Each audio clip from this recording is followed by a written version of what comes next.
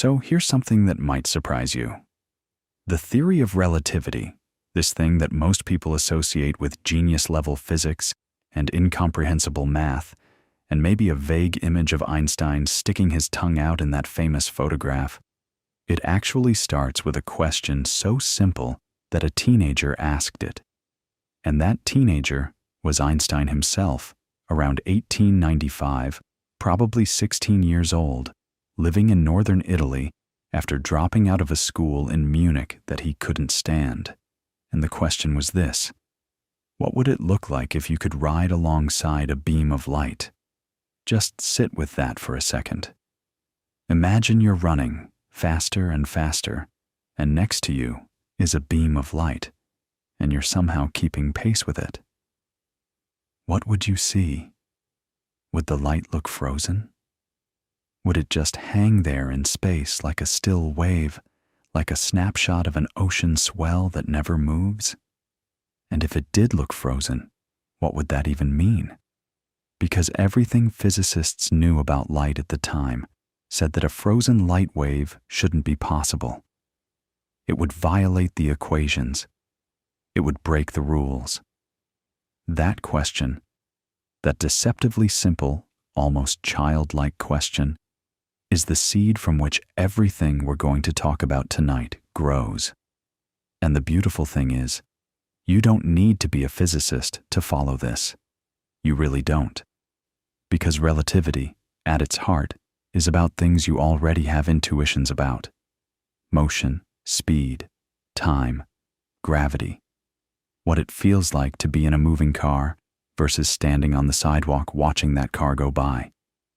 The math can get heavy, sure, but the ideas, the actual core ideas, are surprisingly graspable if someone walks you through them slowly enough.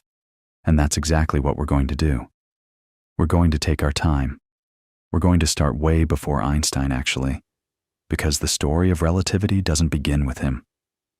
It begins with a problem that had been bugging physicists for centuries, and it begins, really, with Galileo. Galileo Galilei.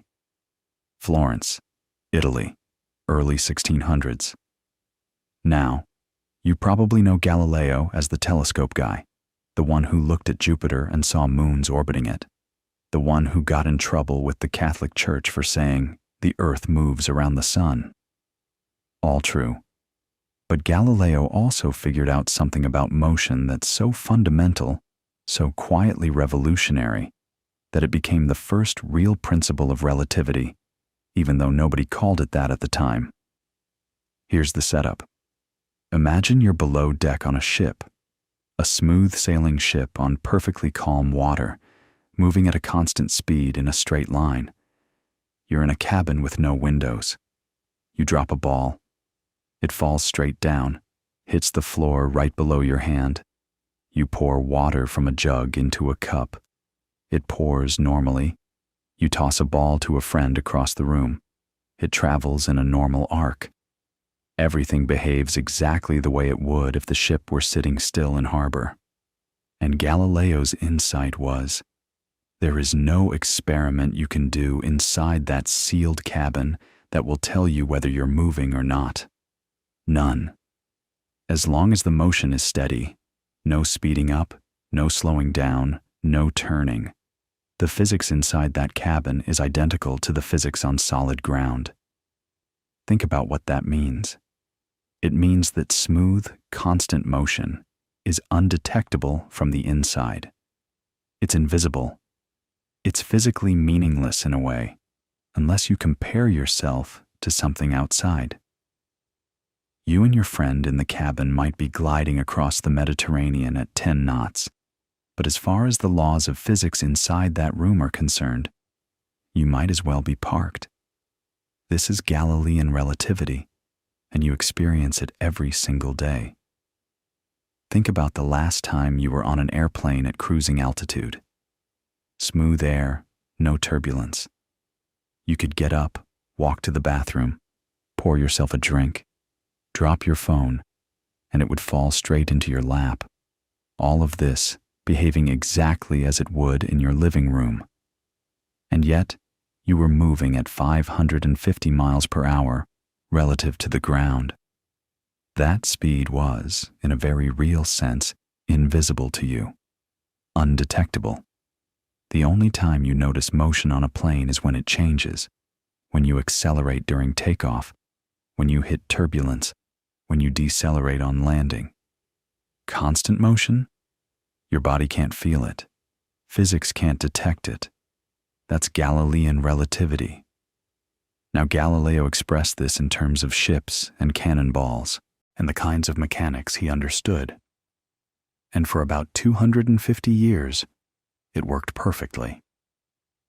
Newton came along in the late 1600s, built his magnificent laws of motion and gravity on top of this foundation, and everything was consistent. Newton's laws work the same way whether you're standing still or moving at a constant velocity.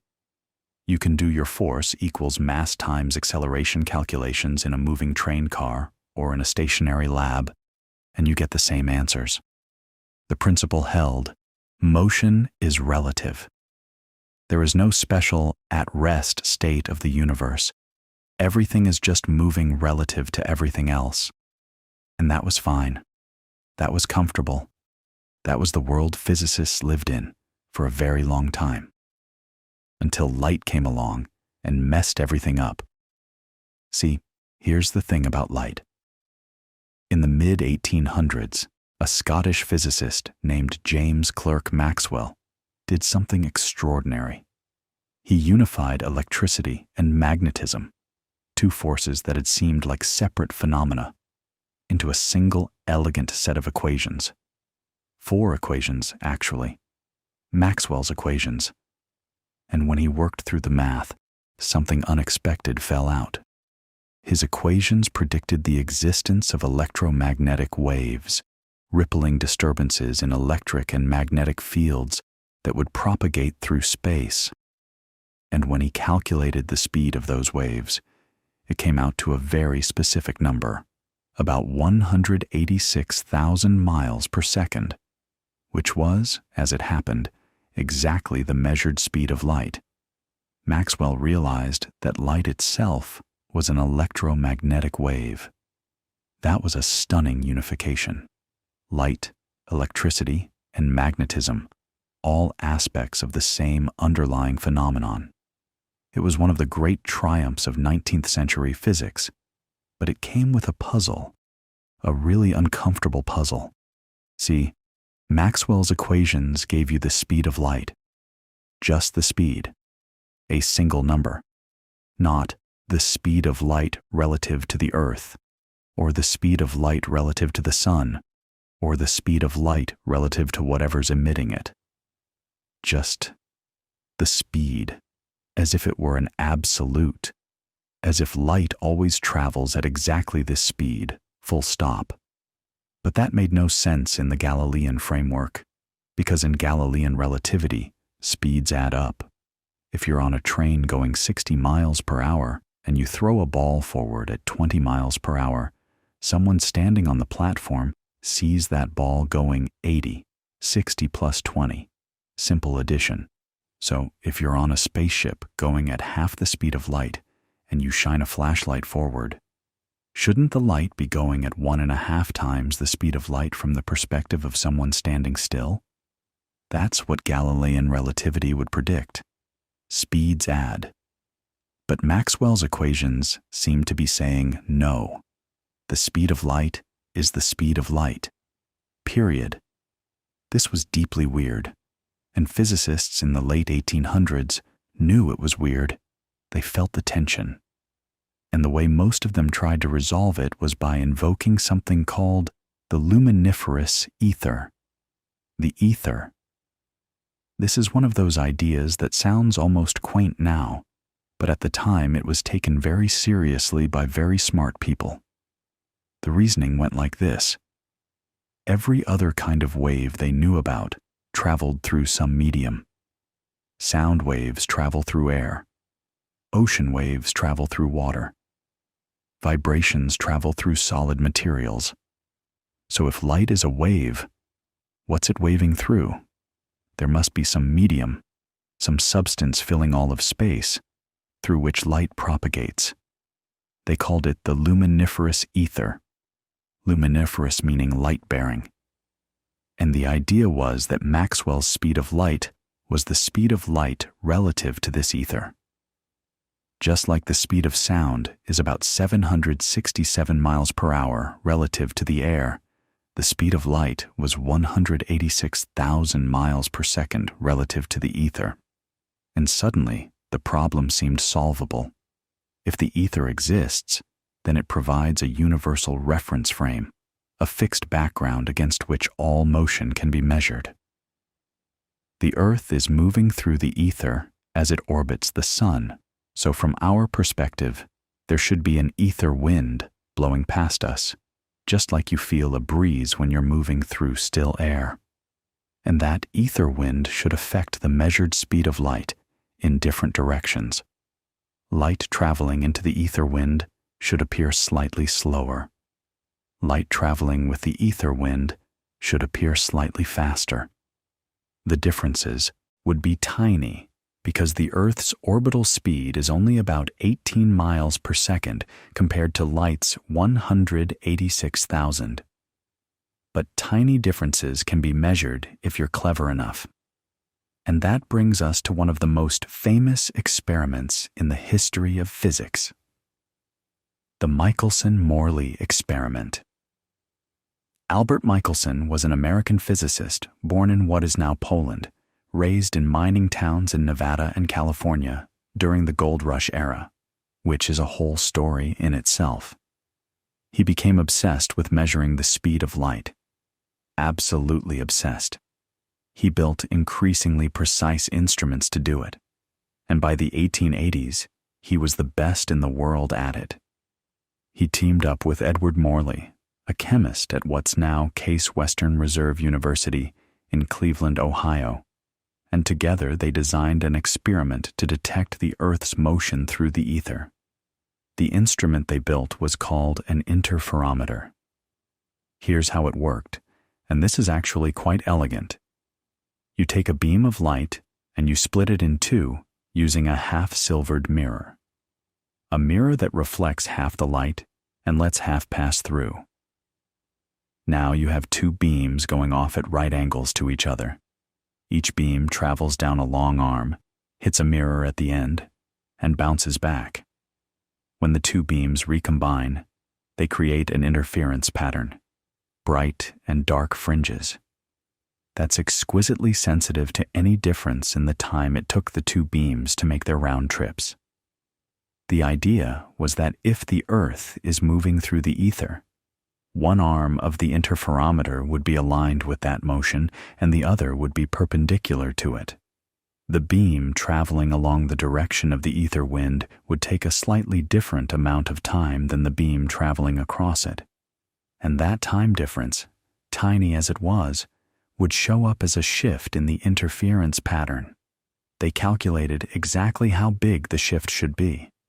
They mounted the whole apparatus on a massive stone slab floating in a pool of mercury so they could rotate it smoothly without vibrations. They ran the experiment in 1887, and they found nothing. No shift. No difference. No matter which way they oriented the interferometer. No matter what time of day. No matter what time of year. Which mattered, because the Earth's direction of motion through space changes as it orbits the Sun. The speed of light was the same in every direction. The ether wind wasn't there, or if it was somehow undetectable, which amounted to the same thing. This was, and I don't think it's an exaggeration to say this, one of the most important null results in the history of science.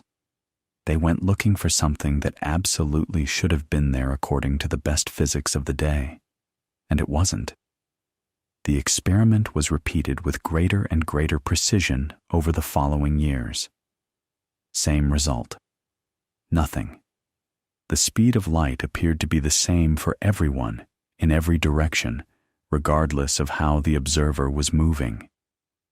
Now, physicists tried all sorts of ways to explain this away while keeping the ether. The most notable attempt came from two physicists working independently, Hendrik Lorentz in the Netherlands and George Fitzgerald in Ireland. They proposed that objects moving through the ether physically contract in the direction of their motion. They get shorter, and this contraction would be exactly the right amount to cancel out the expected time difference in the Michelson-Morley experiment. It was mathematically neat. Lorentz worked out a whole set of transformation equations, the Lorentz transformations, that described how lengths and times would change for objects moving through the ether. And these equations worked. They gave the right predictions. But here's the thing. In Lorentz's version, this contraction was a physical effect caused by motion through the ether. The ether was still real, still out there, still the absolute reference frame. The contraction was just a mechanical consequence of moving through it, something about the way the electromagnetic forces holding atoms together would be affected by motion through this medium. It was a fix, a patch, an explanation that saved the ether by adding a new assumption. And this is where a young patent clerk in Bern, Switzerland, looked at the whole situation and saw something completely different, something that everyone else had been too close to see, or maybe too afraid to say. What if there was no ether? What if the speed of light really was the same for everyone? Not because of some contraction effect or some trick of measurement, but because that's just how the universe actually works. What if you took that bizarre, counterintuitive fact and instead of trying to explain it away, you accepted it as a fundamental law of nature and then followed it wherever it led? That young patent clerk was, of course, Albert Einstein. And in 1905, at the age of 26, working at the Swiss Patent Office in Bern, evaluating other people's inventions during the day and thinking about physics in his spare time, he published a paper with a title that translates from German as On the Electrodynamics of Moving Bodies. It's one of the most important scientific papers ever written. And what's remarkable about it is that it doesn't start with complicated math or obscure experimental results. It starts with two simple postulates, two assumptions that Einstein asks you to accept, and then he shows you what logically follows. The first postulate is just Galileo's old principle, updated. The laws of physics are the same in all inertial reference frames. An inertial reference frame is just a fancy way of saying anything moving at a constant velocity. No acceleration, no rotation, just smooth, steady motion or standing still. And the laws of physics, all of them, not just mechanics, but electromagnetism too, work the same in all such frames. No experiment can tell you which one is really moving. The second postulate is the strange one. The speed of light in a vacuum is the same for all observers, regardless of the motion of the light source or the observer. It doesn't matter if you're racing toward the light or away from it. It doesn't matter if the source is moving. You will always measure the same speed, about 299,792 kilometers per second. And if you're lying there thinking, wait, that can't be right. How can the speed of light be the same whether I'm moving toward it or away from it? Then you're having exactly the right reaction. Because that second postulate flatly contradicts our everyday intuition about how speeds work. If I'm driving toward you at 60 miles per hour and you throw a ball at me at 30, I see that ball coming at 90. That's how velocities add in normal life. But light doesn't play by those rules. And Einstein said, fine, let's accept that. Let's see what happens. What happens is that our assumptions about space and time, assumptions so deep and so ingrained that nobody had ever seriously questioned them, turn out to be wrong. And the first thing that falls The first casualty of taking Einstein's two postulates seriously is something so fundamental to your everyday experience that it almost feels absurd to question it. It's the idea that two events happening at the same time for you must also be happening at the same time for everyone else. The idea that simultaneity is absolute, that now means the same thing everywhere. Einstein showed, with a beautifully simple thought experiment involving a moving train and two lightning strikes, that this isn't true. And that thought experiment, which we're going to walk through together in a moment, is where everything starts to get really interesting. Because once simultaneity falls, time itself starts behaving in ways that feel almost impossible. So let's do it. Let's picture this train. Imagine a railway platform on a calm, clear day. You're standing right in the middle of the platform, just watching trains go by. And here comes a long train, moving smoothly from your left to your right at a very high speed. Not a realistic speed. We're in Einstein's imagination now. So let's say this train is moving at a significant fraction of the speed of light. That part matters, because at everyday speeds the effects we're about to discover are so tiny you'd never notice them. But the logic holds at any speed. The extreme speed just makes the consequences visible. Now, at the exact moment the middle of the train is lined up with you. The midpoint of the train is right in front of your nose. Two bolts of lightning strike simultaneously. One hits the front of the train, one hits the back. You see both flashes at the same time. And you know they happened at the same time because you're standing exactly in the middle. And the light from both strikes traveled the same distance to reach your eyes at the same instant. Fair enough. Two simultaneous events. Lightning hits the front, lightning hits the back, same moment. But now, let's think about what a passenger on the train sees. She's sitting right at the midpoint of the train, just as you're standing at the midpoint of the platform. From her perspective, she's also equidistant from the front and back of the train.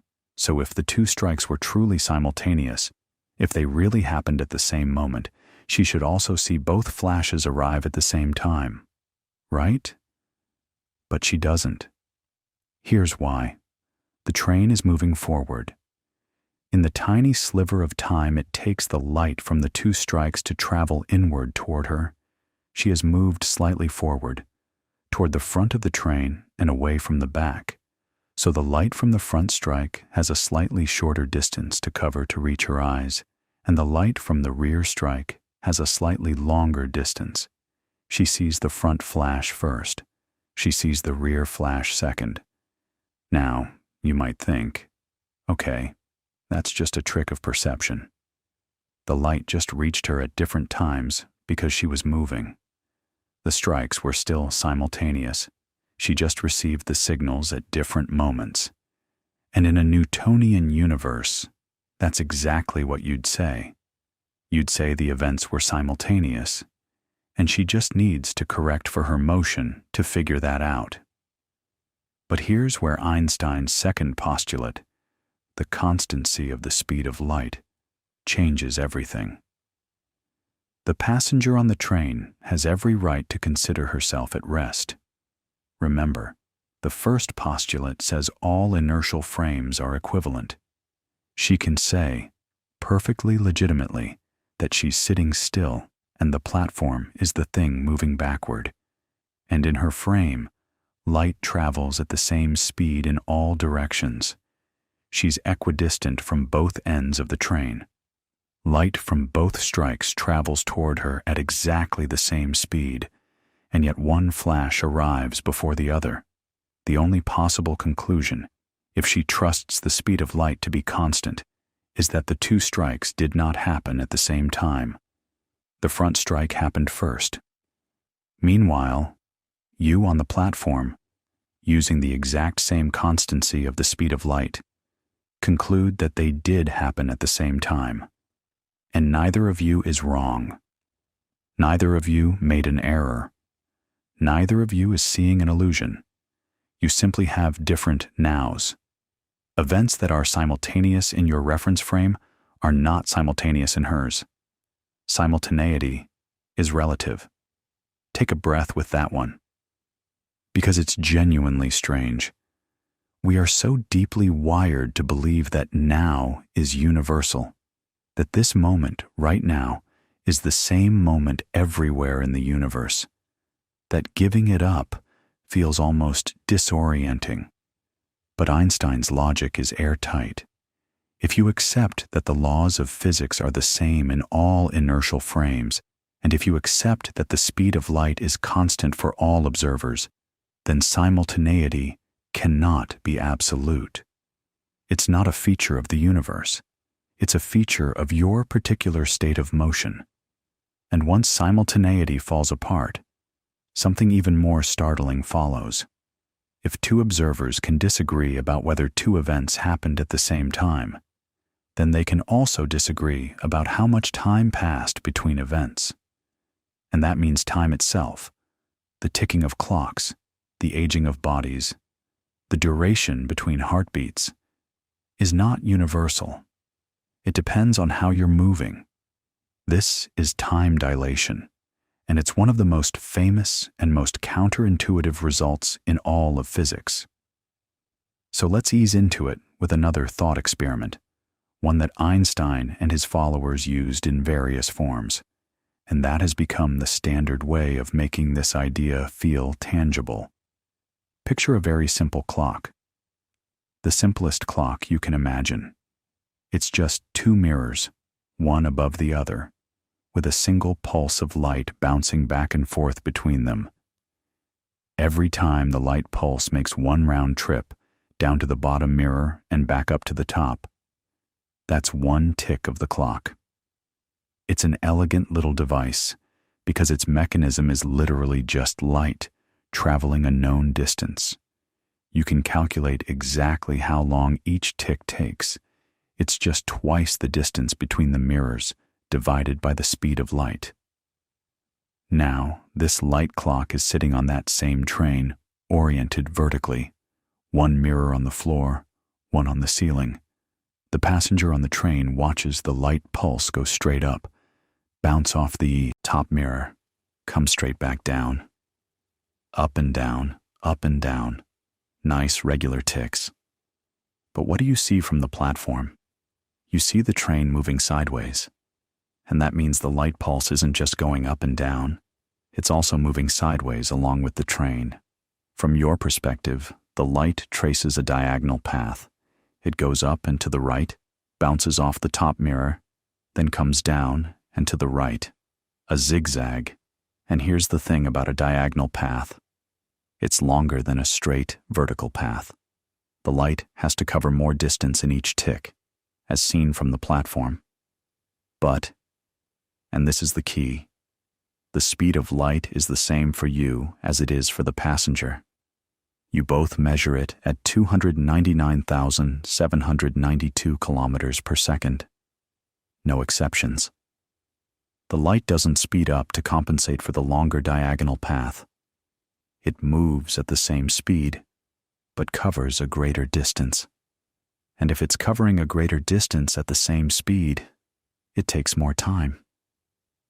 Each tick of the moving clock, as observed from the platform, takes longer than each tick as observed on the train.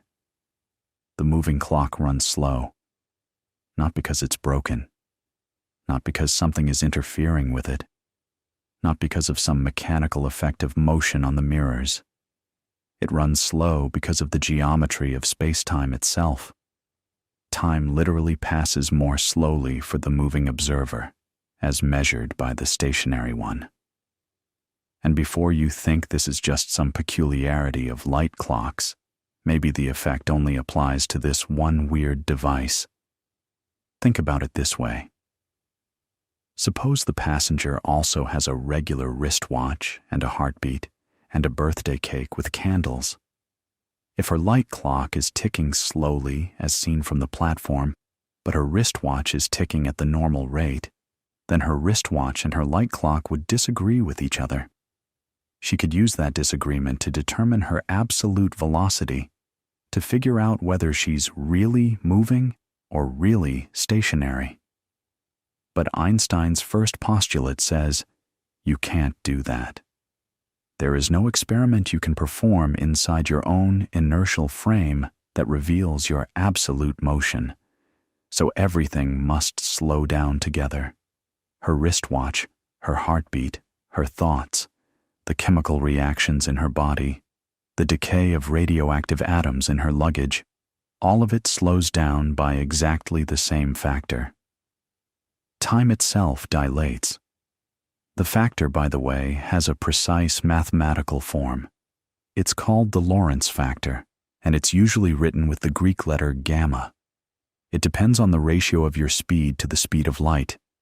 At everyday speeds, driving a car, flying a plane, the Lorentz factor is so close to 1 that the time dilation is unmeasurably tiny, billionths of a second over a lifetime. But as you approach the speed of light, gamma grows dramatically. At 90% the speed of light, time for the moving observer passes at less than half the rate of time for the stationary one. At 99%, the factor is about 7. At 99.99%, it's over 70. The closer you get to the speed of light, the more time stretches. And at the speed of light itself, gamma becomes infinite. Time stops altogether. Which is one of the reasons nothing with mass can ever reach the speed of light. You'd need infinite energy to get there, and time would cease to pass for you. Now, this all sounds deeply abstract, like a beautiful mathematical game with no connection to the real world. But here's what's remarkable. Time dilation is not theoretical. It has been measured directly with real clocks in real experiments. One of the most famous early confirmations came in 1971 when two physicists, Joseph Haffel and Richard Keating, took 4 cesium atomic clocks and put them on commercial airplanes, regular commercial flights, eastbound and westbound around the world. They left a matching set of clocks on the ground at the United States Naval Observatory in Washington, D.C. When the flying clocks came back, they compared them, and the clocks disagreed by tiny amounts, nanoseconds, but by amounts that matched Einstein's predictions with remarkable precision. The eastbound clocks, which were moving faster relative to the Earth's center because they were flying in the direction of Earth's rotation, lost time compared to the ground clocks. The westbound clocks, effectively moving slower relative to Earth's center, gained time, exactly as relativity predicted. And if that feels too small to matter, nanoseconds, who cares? Consider this. The GPS satellites orbiting above your head right now are moving at about 14,000 kilometers per hour relative to the ground. That's fast by human standards, but it's a crawl compared to light. Still, the time dilation effect is real and significant enough that if the GPS system didn't account for relativistic corrections, your position reading would drift by about 10 kilometers per day. Your phone's map would be useless within an hour.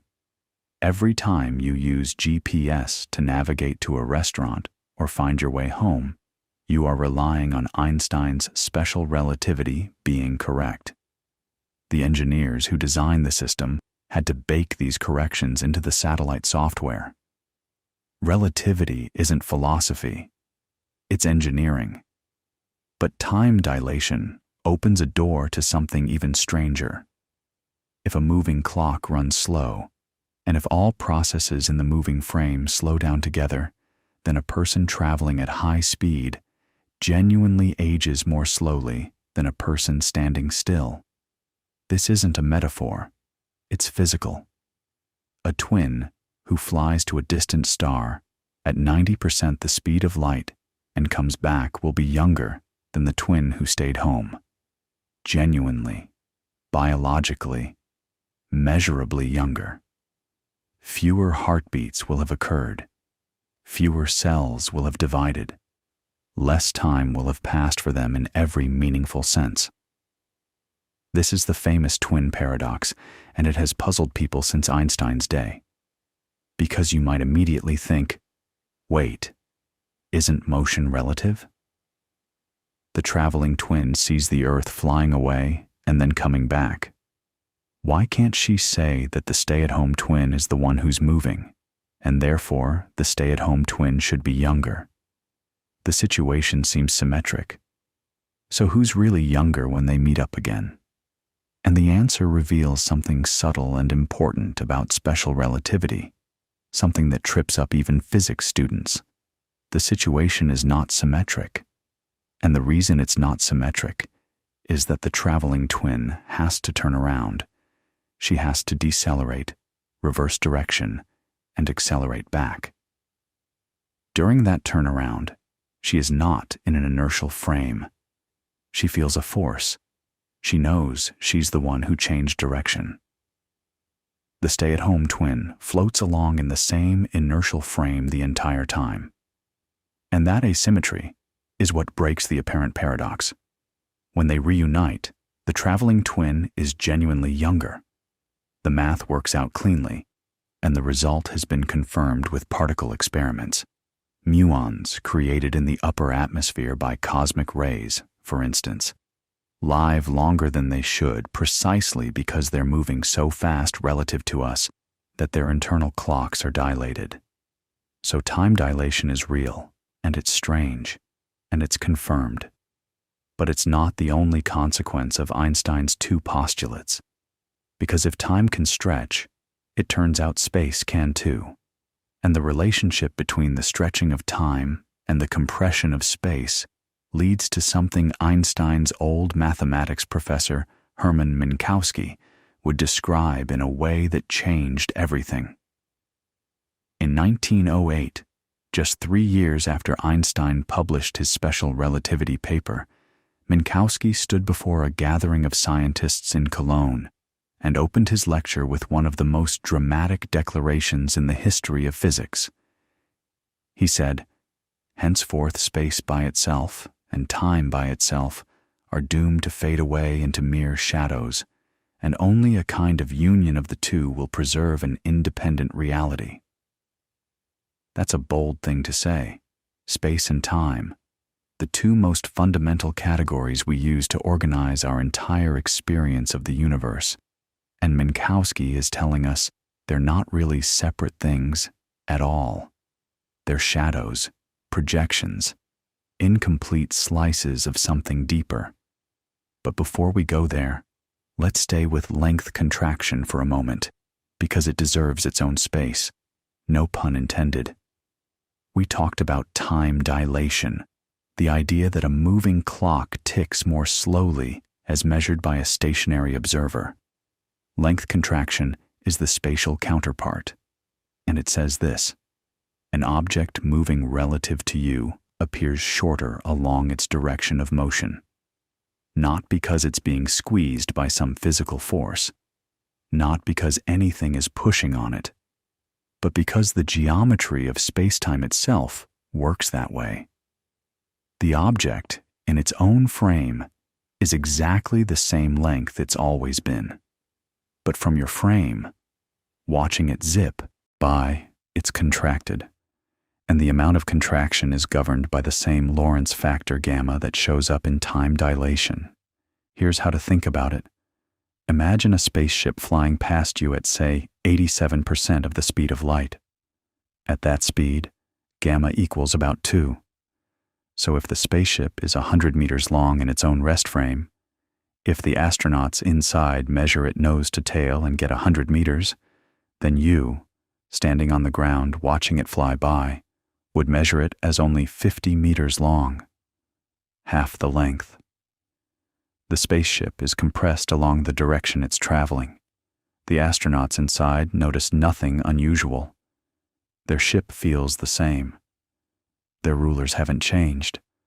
But from your perspective, everything about that ship in the direction of motion has been squished by a factor of 2. And here's what's wild. This is completely reciprocal. From the astronaut's perspective, they're sitting still and you're the one flying past them at 87% of the speed of light. So they would measure you and your planet and your rulers as being contracted by a factor of 2 in the direction of relative motion. Both of you are right. Both measurements are correct. There's no contradiction because you're measuring from different frames, and the act of measurement itself, the question of what's simultaneous, where the endpoints of the object are at the same moment, is frame-dependent. Remember the train and the lightning? Simultaneity is relative, and length measurement depends on marking both ends of an object at the same time. If your same time is different from my same time, we'll get different lengths. It all hangs together. Now, you might remember that Lorentz and Fitzgerald had proposed something similar back in the 1890s, the idea that objects moving through the ether physically contract, and on the surface, the math looks the same. The contraction formula is identical, but the interpretation is completely different. For Lorentz and Fitzgerald, the contraction was a real physical squishing caused by motion through the ether. The ether was doing something to the object. For Einstein, there is no ether. The contraction isn't caused by anything acting on the object. It's a consequence of the structure of spacetime itself. It's what measurement looks like when two observers are in relative motion and the speed of light is the same for both of them. The math is the same, but the physics underneath is profoundly different. And that difference matters enormously, because Einstein's version doesn't need the ether, doesn't need any mysterious medium, and leads naturally to everything that comes next. So now we have time dilation and length contraction. Moving clocks run slow, moving rulers shrink. And these aren't two separate phenomena that happen to coexist. They're two faces of the same underlying reality. And this is exactly what Minkowski realized. He saw that Einstein's special relativity wasn't really about time behaving strangely and space behaving strangely. It was about time and space being aspects of a single four-dimensional structure, space-time. Think about it this way. You're familiar with three-dimensional space: left, right, forward, backward, up, down. 3 directions, 3 coordinates. If you want to specify where something is, you give 3 numbers. Now, Minkowski said, add a 4th coordinate: time. Every event, not just every place, but every event, is a point in this 4-dimensional space-time. A point that has a where and a when. You can't fully describe anything that happens without specifying both. And here's the key insight. When you rotate an object in ordinary 3-dimensional space, its shadow on the wall changes shape. Think about holding a pencil under a lamp. If you hold it straight up, the shadow is just a dot. Tilt it sideways, and the shadow stretches into a line. The pencil itself hasn't changed. It's the same length no matter how you hold it. But the shadow, the projection onto a lower dimensional surface, changes depending on the angle. What Minkowski realized is that space and time individually are like those shadows. They're projections of the 4-dimensional reality onto lower dimensional slices. When two observers are in relative motion, they're essentially looking at space-time from different angles. One observer's slice of space at this moment is tilted relative to the others. And that tilt is what causes all the strange effects: time dilation, length contraction, the relativity of simultaneity. None of these are paradoxes or illusions. They're just what happens when you project a 4-dimensional object onto different 3+1 splits.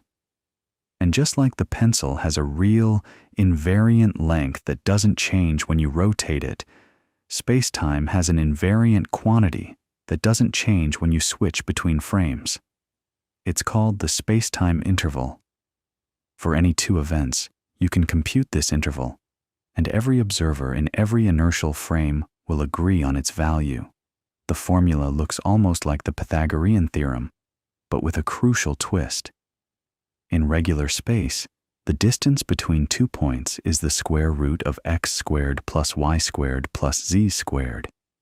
In spacetime, the interval involves the time separation and the spatial separation, but time enters with the opposite sign.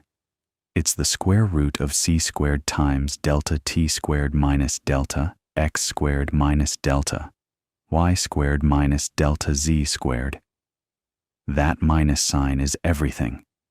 It's what makes spacetime fundamentally different from ordinary four-dimensional space. It's what gives spacetime its peculiar geometry, what physicists call Minkowski geometry, or a pseudo-Riemannian structure, though you don't need to worry about that term. The point is that the minus sign is what allows time to behave differently from space, while still being woven together with it. And this framework, Minkowski spacetime, gives us something incredibly powerful. It gives us a way to visualize and reason about relativistic effects geometrically. You can draw spacetime diagrams with time going up the vertical axis and space going along the horizontal axis, and the history of any object becomes a line through this diagram. It's world line, as physicists call it. A stationary object traces a vertical line, just moving forward in time. A moving object traces a tilted line, and light always travels along lines tilted at exactly 45 degrees, because light covers 1 unit of space in 1 unit of time when you use natural units. The beautiful thing about these diagrams is that all of special relativity becomes geometry. Time dilation? It's the difference between the length of a world line and its projection onto someone else's time axis. Length contraction? It's the difference between the spatial extent of an object measured along different slices of simultaneity. The twin paradox? You can see it immediately. The traveling twin's world line is bent. It takes a shorter path through spacetime, and in Minkowski geometry, shorter paths through spacetime correspond to less elapsed time. It's the opposite of what your spatial intuition would tell you, where a straight line is the shortest path. In spacetime, because of that minus sign, the straight line is actually the longest path in terms of proper time. The twin who stays home, who follows the straight world line, ages more. The twin who zigzags through spacetime ages less. It's all right there in the geometry. Einstein himself was initially a bit dismissive of Minkowski's geometric reformulation. He reportedly called it superfluous learnedness at first, überflüssige Gelehrsamkeit, which is kind of funny, because within a few years, Einstein would desperately need Minkowski's framework. It would turn out to be absolutely essential for the next great leap, the one that took Einstein a full decade of struggle, wrong turns, and near breakdowns, the leap from special relativity, which deals only with constant velocity motion, to general relativity, which handles acceleration and gravity. Because here's the thing that was nagging at Einstein almost immediately after 1905. Special relativity works beautifully, but it has a limitation built right into its name. It's special. It applies only to inertial frames, frames moving at constant velocity relative to each other. The moment you introduce acceleration, the moment you try to deal with forces that change your speed or direction, special relativity alone isn't enough. And the most obvious, most universal force that accelerates things is gravity. Every object in the universe with mass pulls on every other object. You're being pulled toward the center of the Earth right now. The moon is being pulled toward the Earth. The Earth is being pulled toward the sun. Gravity is everywhere, and it accelerates things, and special relativity has nothing to say about it. Newton's theory of gravity, which had reigned supreme for over 2 centuries, described gravity as an instantaneous force acting across empty space. The sun pulls the Earth, and this pull acts immediately across 93 million miles with no delay. But Einstein had just shown that nothing, no signal, no influence, no information, can travel faster than the speed of light. So Newtonian gravity, with its instantaneous action at a distance, was fundamentally incompatible with special relativity. Something had to give, and Einstein knew it. As early as 1907, just 2 years after his special relativity paper, he had what he later called the happiest thought of his life. And it started with a very simple question about a person falling off a roof. Imagine you're standing on top of a building, and you step off the edge. Don't worry, this is just a thought experiment, Einstein's favorite tool. You step off, and you begin to fall. Now, during that fall, before you hit the ground, what do you actually feel? And the answer, the crucial answer, is nothing. You feel weightless. If you had a ball in your hand and you let go of it during the fall, it wouldn't drop away from you. It would float right there beside you, falling at exactly the same rate. If you had a scale under your feet, it would read 0. For those few seconds of free fall, gravity has effectively vanished from your experience. You can't tell the difference between falling freely in a gravitational field and floating in deep space, far from any massive object, with no gravity at all. That was Einstein's happiest thought. Not the falling part, the realization of what it meant. Because if a person in free fall can't distinguish their situation from zero gravity, then gravity isn't quite what Newton said it was. It's not just a force pulling on things. It's something deeper, something more intimately connected to the nature of space and motion itself. Einstein formalized this insight into what he called the equivalence principle. And it's one of those ideas that sounds almost too simple at first, but turns out to be extraordinarily powerful. Here's how it works. Imagine you're inside a closed room. No windows, no way to see outside. You feel your feet pressing against the floor. You feel weight. Now, there are 2 possible explanations for what you're experiencing. 1, the room is sitting on the surface of the Earth, and gravity is pulling you down. 2, the room is actually out in deep space, far from any planet or star, but it's accelerating upward. A rocket engine on the bottom is pushing the floor up into your feet at exactly 9.8 meters per second squared. Einstein's claim is that no experiment you can perform inside that room will tell you which situation you're in. Gravity pulling you down and acceleration pushing the floor up into you are locally, completely indistinguishable. They're the same thing. Think about what that means for a second. It means gravity and acceleration are deeply equivalent, not just similar, not just analogous. Equivalent. And if they're equivalent, then anything you learn about acceleration applies to gravity too. This is the key that unlocks everything that follows. Now, Einstein had this insight in 1907, and you might think the rest came quickly. It did not. The journey from the equivalence principle to the full theory of general relativity took 8 years, from 1907 to 1915. And it was, by Einstein's own account, the most intellectually grueling period of his life.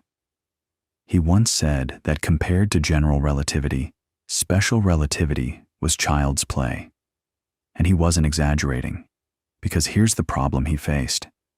The equivalence principle tells you that gravity and acceleration are the same, but turning that insight into a complete mathematical theory of gravity, one that replaces Newton's theory, is consistent with special relativity and makes testable predictions. That's a monumental task. Einstein needed entirely new mathematics he didn't yet know. But let's not rush ahead to the equations. Let's stay with the equivalence principle a little longer, because Einstein squeezed some remarkable predictions out of it before he even had the full theory. One of the most beautiful involves light. Go back to your closed room in space, the one accelerating upward. Imagine a beam of light enters through a small hole on one side of the room, traveling horizontally. Now, because the room is accelerating upward, by the time the light crosses from one wall to the other, the room has moved upward slightly. From your perspective inside the room, the light beam appears to curve downward. It enters straight, but it hits the far wall a little lower than where it entered. Makes sense, right? The room moved up while the light was crossing, so relative to you, the light's path bends. Here's the kicker. If acceleration and gravity are equivalent, if there's truly no difference between your accelerating room and a room sitting in a gravitational field, then gravity must also bend light. A beam of light passing through a gravitational field should follow a curved path. Light, which has no mass, should be deflected by gravity. This was a stunning prediction. Newton's theory actually predicted a tiny deflection of light too, if you treated light as particles with some effective mass. But Einstein's equivalence principle predicted exactly twice the Newtonian value. Twice. And that factor of 2 would eventually become one of the most famous numbers in the history of science. But we'll get to that test in a little while. Einstein also realized something else from the equivalence principle, something that connects back to what we talked about earlier with time dilation, but in a completely new way. Imagine 2 clocks in your accelerating room, one on the floor and one on the ceiling. The clock on the floor is slightly closer to the direction of acceleration. Because of the way acceleration and the speed of light interact, and you can work through this carefully with light signals bouncing between the 2 clocks. The clock on the floor ticks slightly slower than the clock on the ceiling, as observed from within the room. And again, if acceleration and gravity are equivalent, this must also be true in a gravitational field. A clock closer to a massive object, deeper in the gravitational field, ticks slower than a clock farther away. This is gravitational time dilation, and it's different from the time dilation we discussed in special relativity. That earlier effect was about relative velocity. The faster you move, the slower your clock ticks relative to a stationary observer. This new effect is about gravity. The stronger the gravitational field you're sitting in, the slower your clock ticks compared to a clock in weaker gravity. And both effects are real. Both are happening right now. Your feet, which are slightly closer to the center of the earth than your head, are aging very slightly slower than your head. The difference is absurdly tiny, something like 90 billionths of a second over a lifetime. But it's real, and it's measurable with modern atomic clocks. In fact, remember how we talked about GPS satellites needing relativistic corrections? The velocity-based time dilation from special relativity makes the satellite clocks tick a little slower because they're moving fast, but gravitational time dilation from general relativity makes them tick a little faster because they're higher up, in weaker gravity. The gravitational effect is actually larger, about 45 microseconds per day gained versus 7 microseconds per day lost from the velocity effect. The net result is that the satellite clocks gain about 38 microseconds per day relative to clocks on the ground. Without correcting for both effects, GPS would drift by roughly 10 kilometers per day. So both flavors of time dilation, special and general, are baked into the system that tells you where the nearest coffee shop is. So Einstein had the equivalence principle. And he had these remarkable predictions about bending light and gravitational time dilation, all by around 1907 to 1911. But he still didn't have a full theory. He didn't have the equations that would tell you exactly how much space-time curves in the presence of a given amount of mass and energy. And finding those equations nearly broke him. Here's where the story gets deeply human. Einstein knew, thanks to Minkowski's framework that he'd initially dismissed but had come to appreciate, that gravity needed to be described as geometry, not a force pulling through space, but a curvature of space-time itself. The equivalence principle pointed directly to this. If gravity and acceleration are the same, and acceleration is just a feature of your path through space-time, then gravity must be a feature of space-time's shape.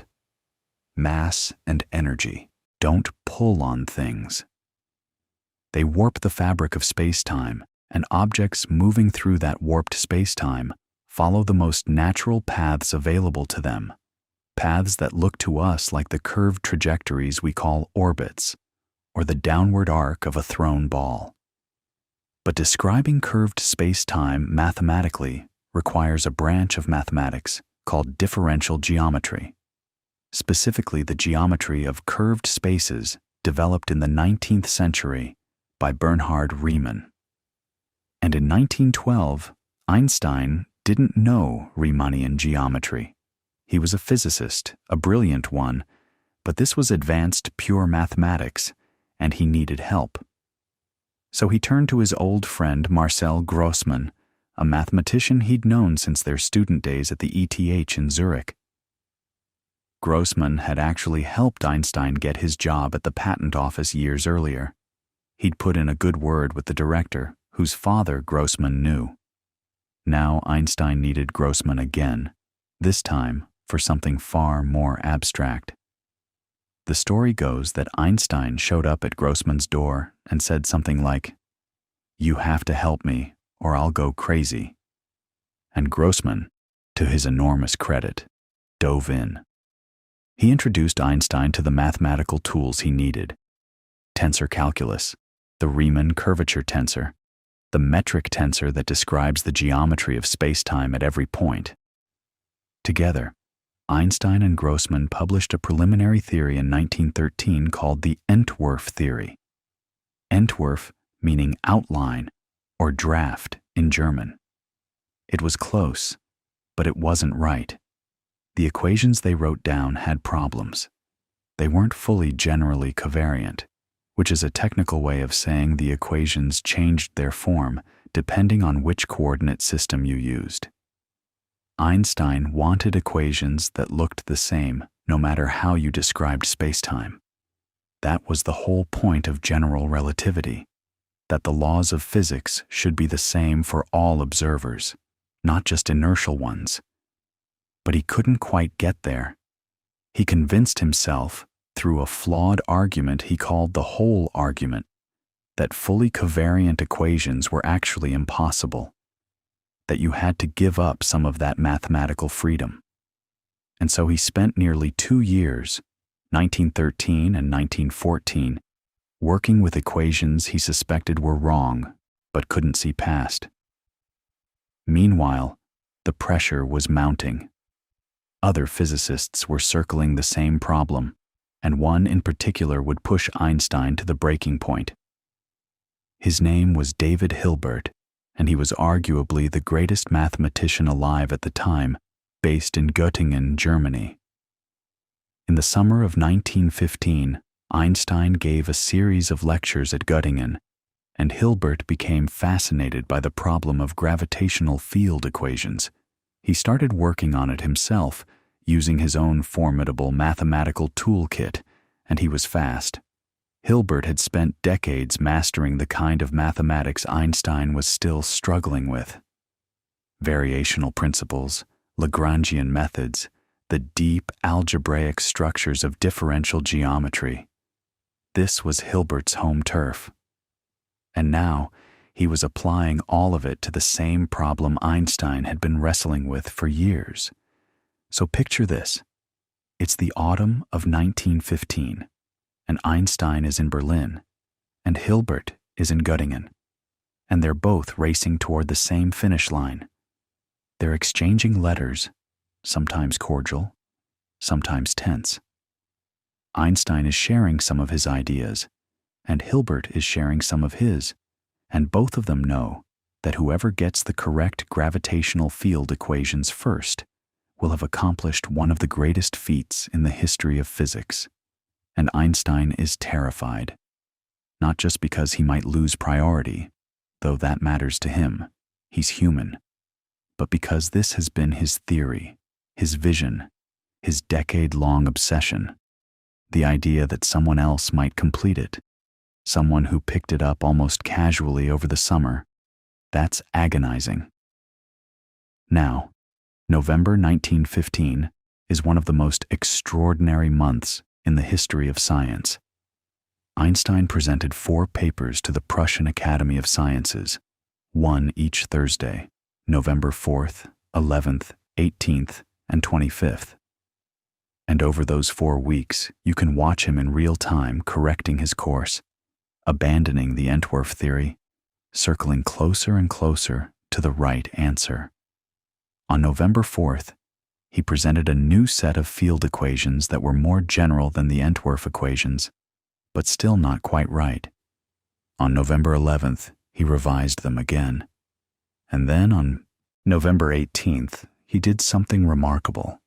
He used his still incomplete equations to calculate the precession of Mercury's orbit. And the answer came out right. Let's talk about that for a second, because this is one of those moments in physics that gives you chills. Mercury, the closest planet to the Sun, has an orbit that's slightly elliptical, and the long axis of that ellipse slowly rotates around the Sun over time. This is called the precession of the perihelion. Most of that precession is explained by the gravitational tugs of other planets, Jupiter, Venus, and so on. But after you account for all of those, there's a leftover amount, about 43 arcseconds per century, that Newtonian gravity simply cannot explain. Astronomers had known about this discrepancy since the 1850s, when Urbain Le Verrier, the same Le Verrier who had brilliantly predicted the existence of Neptune by analyzing irregularities in Uranus's orbit, pointed out that Mercury's orbit didn't quite behave. People had proposed all sorts of explanations. Maybe there was another planet even closer to the Sun, a hypothetical world they called Vulcan. Astronomers searched for it for decades. Some even claimed to have seen it, but it wasn't there. And now, here's Einstein, in November 1915, with equations that aren't even in their final form yet, and he plugs in the numbers for Mercury's orbit, and out comes 43 arcseconds per century. Exactly. He later told a colleague that when he saw the result, his heart palpitated. He was so excited he couldn't work for days. Think about what that must have felt like. You've spent 8 years building a theory that most of your colleagues think is too abstract, too mathematical, maybe even misguided. You've gone down wrong paths, published flawed equations, argued yourself into corners, and then the universe hands you this gift, a number that matches, perfectly, an anomaly that had puzzled astronomers for over 60 years. In that moment, Einstein knew he was on the right track. Not close, not approximately, right. But he still didn't have the final equations. That came 1 week later, on November 25th, 1915, when Einstein presented the complete, generally covariant field equations of general relativity, These are the Einstein field equations, and they're often written in a beautifully compact form. If you've ever seen them on a t-shirt or a coffee mug, they usually look something like G equals 8 pi G over C to the fourth times T. On the left side, G, technically G with subscripts mu and nu, the Einstein tensor, describes the curvature of spacetime. On the right side, T, the stress-energy tensor, describes the distribution of matter and energy. And the equation says these two things are equal. Matter tells spacetime how to curve, and curved spacetime tells matter how to move. That's it. That's the whole theory, in one line. Now, here's where the priority question gets complicated. Hilbert submitted a paper containing gravitational field equations to a journal on November 20th, 1915, 5 days before Einstein's final presentation on November 25th. So did Hilbert get there first? This has been debated for a century, and it's one of those historical puzzles that probably doesn't have a clean answer. What we do know is that the published version of Hilbert's paper, which came out in March 1916, includes the correct field equations. But there's evidence that Hilbert's original manuscript, the one submitted on November 20th, was revised in proof, and the revisions may have been significant. Printers' proofs from that period were examined in the 1990s, and parts of the crucial page were actually missing, physically cut out, which only deepens the mystery. Most historians today give Einstein clear priority for the physical theory, the conceptual framework, the equivalence principle, the geometric interpretation of gravity. All of that was Einstein's from the beginning. Hilbert approached it as a mathematical problem and derived the equations using elegant variational methods, but he himself later acknowledged Einstein's priority, reportedly saying, "Every boy in the streets of Göttingen understands more about four-dimensional geometry than Einstein. Yet, in spite of that, Einstein did the work and not the mathematicians." And that's a generous and probably accurate assessment. Einstein's achievement wasn't primarily mathematical, it was physical.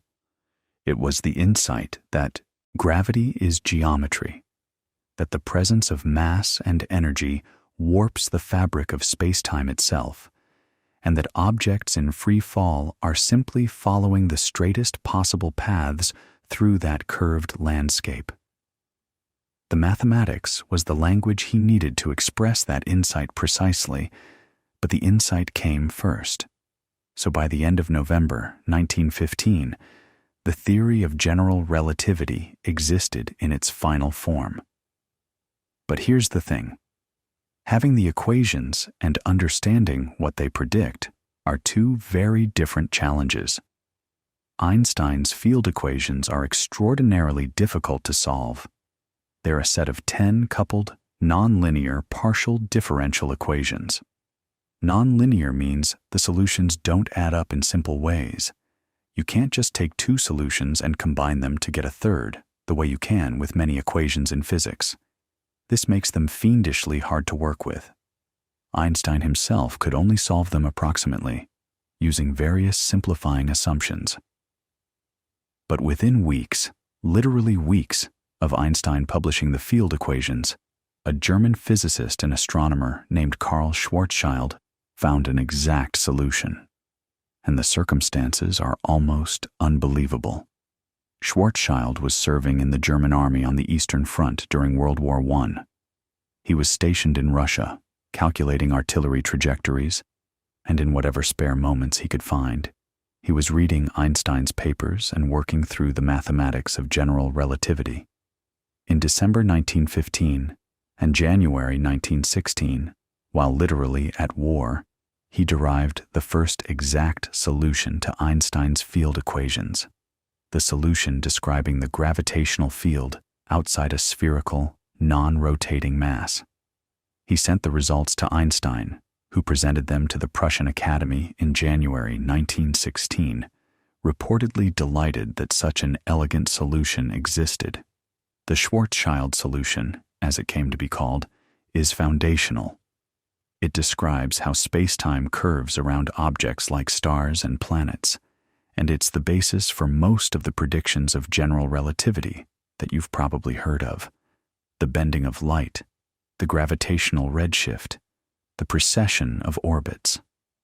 But it also contains something strange, something Schwarzschild himself and Einstein and nearly everyone else at the time thought was just a mathematical curiosity, not something physical.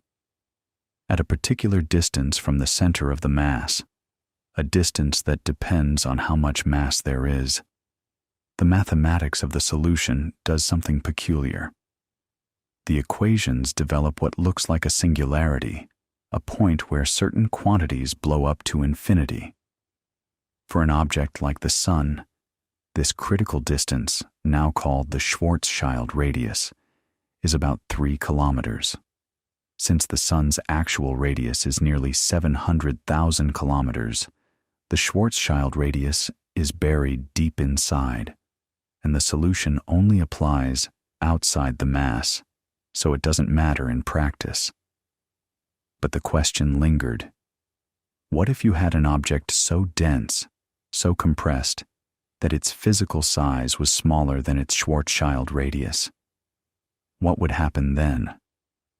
That question would take decades to answer, and the answer would turn out to be one of the strangest predictions in all of physics. But we'll come back to that, because first, the theory needed to be tested. Einstein had made specific, quantitative predictions: the bending of starlight passing near the sun, the gravitational redshift of light, the precession of Mercury, and the scientific world wanted proof. Mercury's precession was already known and already matched, which was powerful but retrospective. The gravitational redshift was incredibly difficult to measure with the technology of the time. So the spotlight fell on the one prediction that could be tested dramatically and publicly: the bending of light by the sun. And this is where one of the great stories of 20th century science begins, a story involving a total solar eclipse, a British astronomer with a conscience, and a result that would make Einstein the most famous scientist on Earth overnight. The astronomer's name was Arthur Stanley Eddington, and he was based at Cambridge. Eddington was one of the few people outside of Germany and the Netherlands who understood general relativity in its early years, partly because he was brilliant, and partly because a Dutch physicist named Willem de Sitter had sent him copies of Einstein's papers during the war, when scientific communication between Britain and Germany had essentially stopped. So Eddington received these papers, worked through the mathematics himself, and became one of general relativity's earliest and most passionate advocates in the English-speaking world. And that combination, his deep understanding of the theory, his position at one of Britain's most prestigious institutions, and something else, something more personal, would place him at the center of the most famous scientific test of the 20th century. Here's the personal part, and it matters. Eddington was a Quaker, a devout one, and as a Quaker, he was a conscientious objector to the war. This was 1917, 1918, the bloodiest years of the First World War, and in Britain, conscientious objectors were not treated kindly. Eddington was of military age, and the authorities wanted him to serve. His colleagues at Cambridge, particularly the astronomer Frank Dyson, who was the Astronomer Royal, intervened on his behalf, arguing that Eddington was far too valuable to science to be sent to the trenches. But the exemption board wasn't entirely convinced. They granted him a deferment, but with a condition: he had to be engaged in important scientific work. And Dyson, who was already aware that a total solar eclipse was coming in May 1919, saw an opportunity. He argued that testing Einstein's prediction of light bending was precisely the kind of important scientific work that justified Eddington's exemption. So, in a very real sense, the most famous experiment in the history of general relativity was partly arranged to keep a pacifist astronomer out of prison. Think about that for a second. The war shaped everything. It shaped who had access to Einstein's papers. It shaped who was in a position to test them. It even shaped the motivation for organizing the expedition in the first place. Science doesn't happen in a vacuum. It happens in the middle of messy, complicated human lives, and this is one of the best examples. Now, the eclipse itself. May 29th, 1919. A total solar eclipse would be visible along a narrow band crossing the Atlantic, and 2 expeditions were organized. One, led by Eddington himself, went to the island of Principe, off the west coast of Africa. The other, led by Andrew Crommelin and Charles Davidson, went to Sobral in northern Brazil. The idea was straightforward in concept, even if it was incredibly difficult in practice. During a total solar eclipse, the moon blocks the sun's light, and for a few precious minutes, you can see stars that are very close to the sun in the sky. Stars whose light has passed right by the sun on its way to Earth. If general relativity was correct, the sun's gravity would bend that starlight slightly, making those stars appear to be in positions slightly different from where they actually are. The predicted deflection was tiny, about 1.75 arcseconds for a star right at the edge of the sun. An arcsecond is 1/3600th of a degree, so you're looking for an incredibly small shift in apparent position. And here's what made this test so decisive. Newton's theory of gravity also predicted light bending, but only half as much, about 0.87 arcseconds. This was actually something Einstein himself had calculated first, back in 1911, before he had finished general relativity, when he was still using an incomplete version of the theory. His 1911 prediction matched the Newtonian value. But by 1915, with the full theory in hand, the prediction had doubled. The factor of 2 came from the curvature of space itself, not just the effect of gravity on the energy of light, but the additional effect of curved spatial geometry on the path. So the eclipse test wasn't just about whether light bends near the sun. It was about whether it bends by the Newtonian amount or the Einsteinian amount, a factor of 2. That's a clean, testable difference.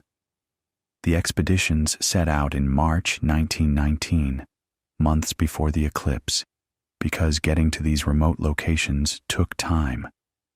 Eddington arrived at Principe and set up his equipment, telescopes, photographic plates, clockwork drives to track the stars during the eclipse. And then, on the morning of May 29th, it rained. Heavy tropical rain, clouds everywhere. Eddington later wrote about the anxiety of that morning, watching the sky and waiting. The rain stopped before totality, but clouds lingered. He managed to take 16 photographic plates during the eclipse, but most were useless because of the cloud cover. Only a couple showed star images clear enough to measure. The Sobral team had better weather mostly, though they had their own problems. One of their telescope mirrors had been distorted by the tropical heat, so an entire set of plates from one instrument had to be treated with caution. But their other instrument, a smaller 4-inch telescope, produced good results. Now, analyzing the plates took months. You couldn't just glance at them and see the deflection. You had to carefully measure the positions of stars on the eclipse plates and compare them to reference plates of the same star field taken months earlier, when the sun was nowhere near those stars. The comparison required meticulous work, accounting for the scale of the plates, the optical properties of the telescopes, atmospheric effects, and a dozen other sources of error. By September, Eddington had his results. And on November 6, 1919, a joint meeting of the Royal Society and the Royal Astronomical Society was convened in London. The room was packed. The portrait of Isaac Newton looked down from the wall, and this is one of those details that almost feels too perfect to be true, but it is. J.J. Thomson, the president of the Royal Society and the discoverer of the electron, presided. Dyson presented the results. The Sobral plates from the Good telescope gave a deflection of about 1.98 arc-seconds. Eddington's Principi plates gave about 1.61 arc-seconds. The average was close to Einstein's predicted 1.75. The Newtonian prediction of 0.87 was clearly ruled out. Thomson declared it one of the greatest achievements of human thought. The next morning, the Times of London ran the headline, "Revolution in Science. New Theory of the Universe. Newtonian Ideas Overthrown." And within days, Albert Einstein went from being a well-known physicist in academic circles to being the most famous scientist in the world, a genuine global celebrity. It happened almost overnight, and it never really faded for the rest of his life. But here's the thing, and this is worth being honest about. The 1919 results were not as clean as the story sometimes suggests. The error bars were large. The Principi data was based on very few usable stars. The discarded Sobral plates from the heat-warped telescope actually gave a value closer to the Newtonian prediction, and some critics later argued that Eddington had been too hasty in dismissing that data. There's been a long historical debate about whether Eddington's prior belief in Einstein's theory influenced his analysis, whether he was, in some sense, seeing what he wanted to see. The consensus among modern historians of science is that Eddington's results were legitimate but marginal. He got the right answer, but with less certainty than was claimed at the time. The truly definitive confirmations of gravitational light bending came later, with better technology. Radio interferometry in the 1960s and 1970s measured the deflection of radio waves from quasars passing near the Sun with far greater precision, and they confirmed Einstein's prediction to within 1%. So Eddington was right, but he was also a bit lucky, and the public sensation that followed was disproportionate to the actual strength of the evidence in 1919. But that's how science and media interact, then as now. What the 1919 eclipse really did was change the cultural status of the theory. Before the eclipse, general relativity was a mathematical tour de force that most physicists hadn't even read, let alone understood. After the eclipse, it was front-page news around the world, and Einstein became a symbol of genius, of abstract thought, of the power of pure theory to reveal hidden truths about the universe. The image we all carry in our heads of Einstein, the wild-haired sage, the embodiment of scientific brilliance, that image was born in November 1919. And yet, for decades after that, general relativity occupied a strange position in physics. It was admired, respected, considered almost certainly correct, but it was also somewhat sidelined. Through the 1920s, 30s, 40s, and into the 50s, the real action in physics was in quantum mechanics and nuclear physics. That's where the exciting discoveries were happening. That's where the funding went. That's where the brightest young minds were drawn. General relativity was seen as a beautiful but somewhat sterile theory.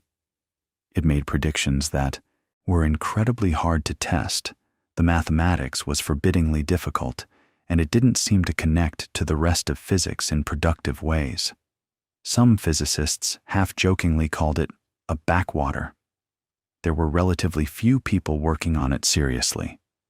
This period, roughly 1920 to 1960, is sometimes called the low water mark of general relativity. And it's a fascinating stretch, because even during this quiet period, seeds were being planted that would eventually transform our understanding of the universe. One of those seeds had been planted by Schwarzschild back in 1916, with that troubling singularity at the Schwarzschild radius. Another was planted in the late 1920s and 1930s, when physicists and astronomers began to realize that general relativity had something extraordinary to say about the universe as a whole, not just about stars and planets and light rays, but about the shape and fate of everything. Einstein himself had been among the first to apply his field equations to cosmology in 1917, just 2 years after completing the theory. And he immediately ran into a problem. When he tried to model the universe as a whole, a universe filled uniformly with matter, the equations told him it couldn't be static. It had to be either expanding or contracting. And Einstein, like virtually everyone else at the time, believed the universe was static, eternal, unchanging on the largest scales. So he did something he would later call his greatest blunder. He added a term to his equations, a constant, which he called the cosmological constant, represented by the Greek letter lambda, specifically to allow for a static universe.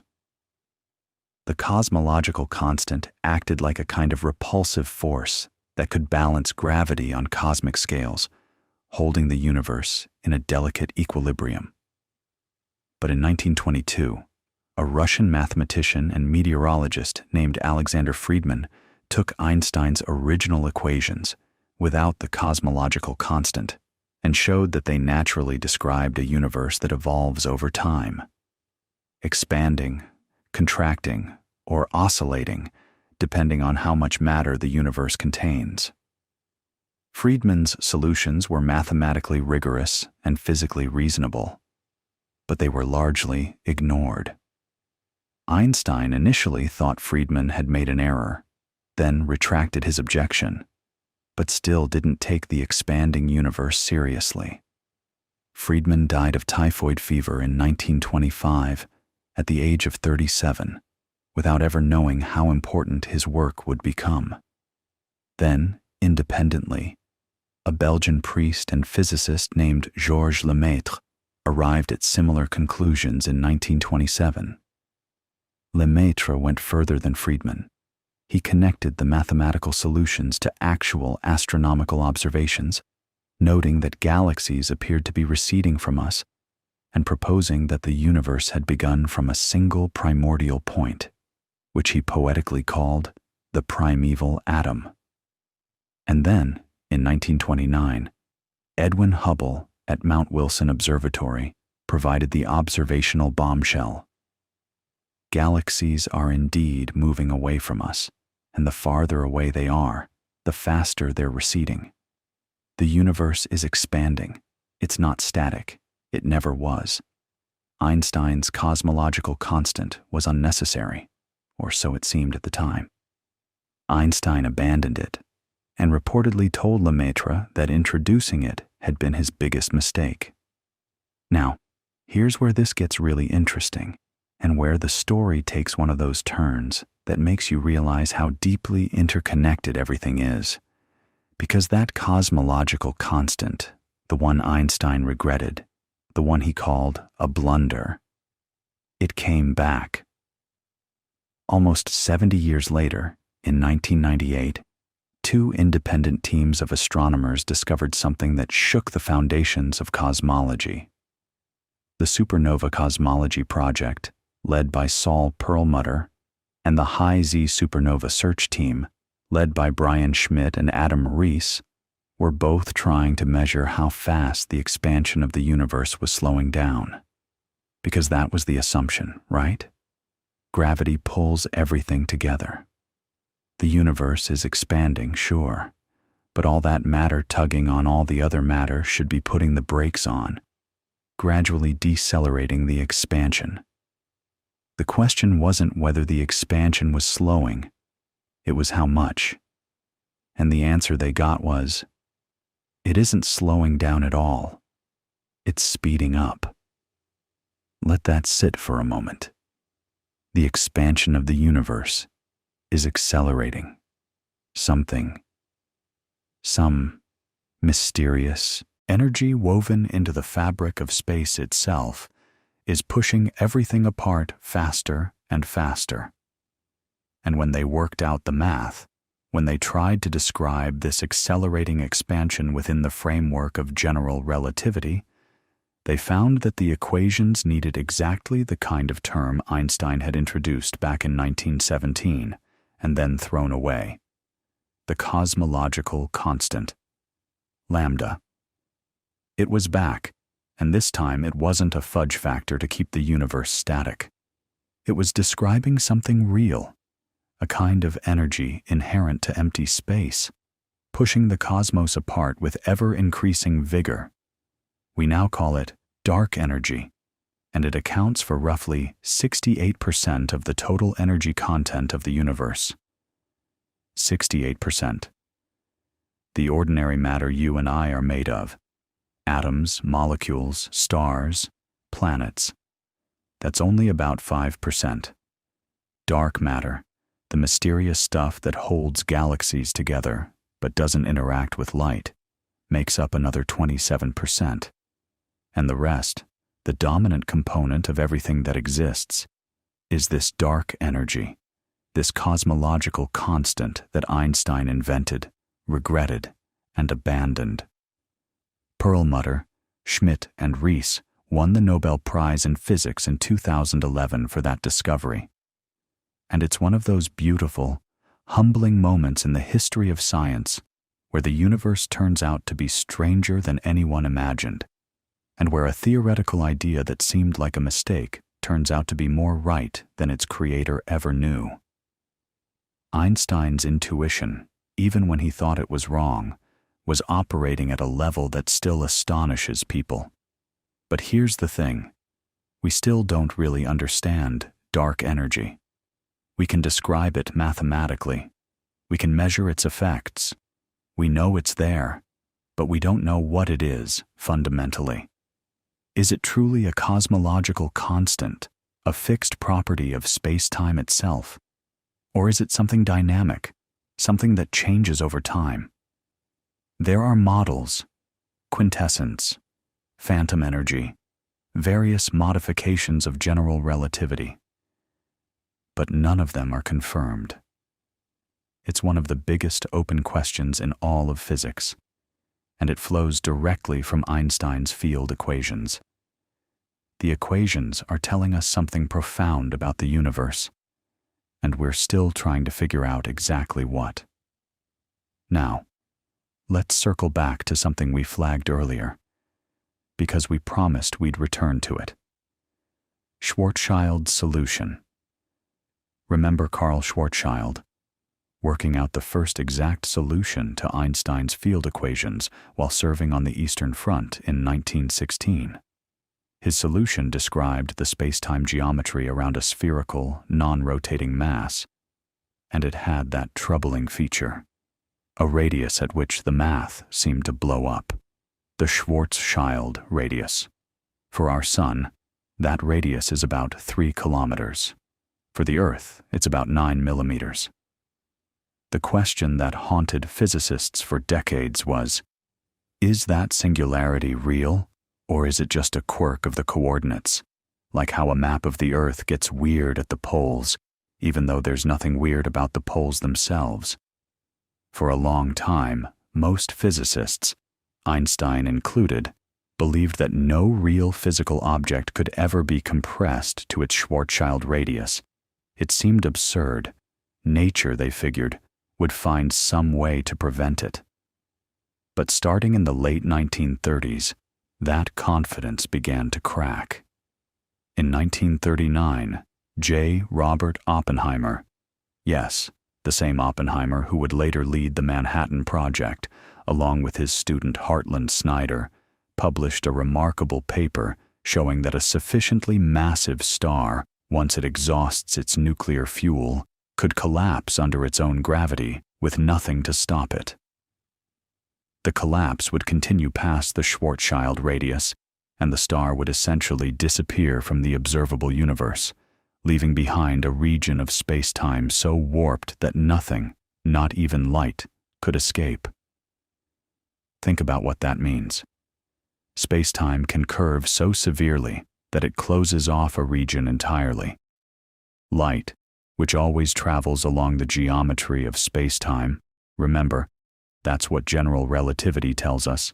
Light follows the curvature. Light aimed outward from inside this region would find that every possible path curves back inward. There is no outward direction anymore.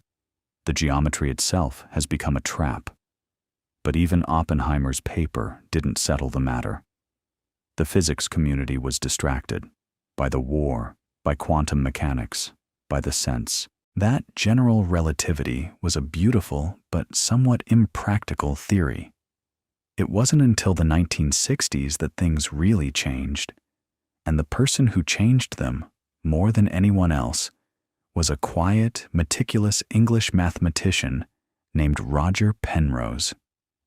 In 1965, Penrose published a paper that was only a few pages long, but contained an idea of extraordinary power. He introduced what are now called trapped surfaces, a topological concept that showed, under very general conditions, that once gravitational collapse passes a certain point, the formation of a singularity is inevitable. Not just possible, inevitable. The beauty of Penrose's argument was that it didn't depend on perfect symmetry. Schwarzschild's solution assumed a perfectly spherical collapse, and you might think that any tiny asymmetry, a bump here, a wobble there, would prevent the singularity from forming. Penrose showed that it doesn't matter. The singularity forms regardless. This was a genuine breakthrough, and it earned Penrose the Nobel Prize in Physics in 2020, 55 years after the paper was published, which gives you some sense of how long it takes for the deepest ideas to be fully appreciated. The term black hole, by the way, didn't come into common use until 1967, when the American physicist John Wheeler popularized it. Before that, people called them frozen stars, or collapsed stars, or various other names. Wheeler had a gift for vivid language. He's also the one who coined the phrase "it from bit," suggesting that information might be more fundamental than matter.